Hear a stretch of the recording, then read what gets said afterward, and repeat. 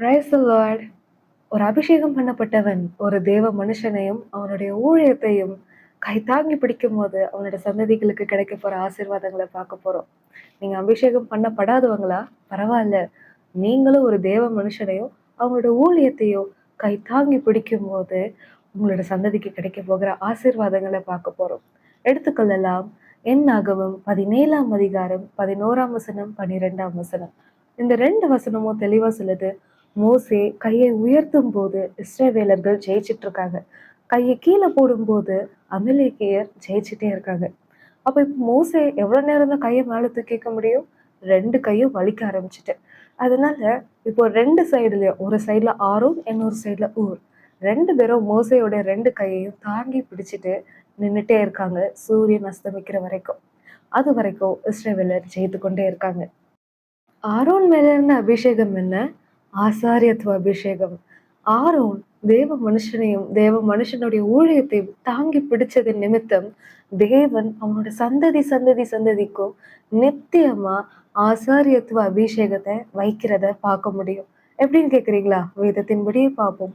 எடுத்துக்கொள்ளலாம். உபாகமம் 10:6ஆம் வசனம் 2ஆம் பகுதி. அங்கே ஆரோன் மரித்து அடக்கம் பண்ணப்பட்டான். அவன் ஸ்தானத்திலே ஆரோன் ஸ்தானத்திலே அவன் குமாரனாகிய எலியேசர் ஆசாரியனானான். இப்போ எலியேசருக்கு ஒரு குமாரன் பிறக்கிறான். யாரு? பினெகாஸ். என்னாகமம் 25ஆம் அதிகாரம் 13ஆம் வசனம் தெளிவா சொல்லுது. பினெகாஸ் தேவனுக்கு பக்தி வைராக்கியம் காண்பித்தவனா இருந்தான். அது மட்டும் இல்ல, இஸ்ரவேல்ல இருக்கிற எல்லாருக்காகவும் பாவ நிவர்த்தி செய்தவனா இருந்தான். அதனால கர்த்தர் அவனுடைய செய்கையை பார்த்து ஒரு ப்ராமிஸ் கொடுக்கிறார். என்ன ப்ராமிஸ்?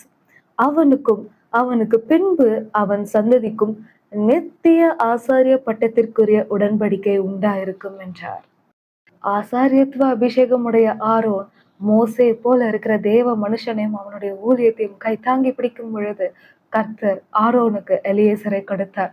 எலியேசர் மேல கர்த்தர் ஆசாரியத்துவ அபிஷேகத்தை வைத்தார். எலியேசருக்கு கர்த்தர் பினெகாஸை கொடுத்தார்.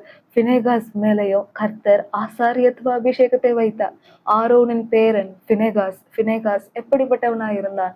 தேவனுக்கு முன்பாக பக்தி வைராக்கியம் காண்பிக்கிறவனா இருந்தான்.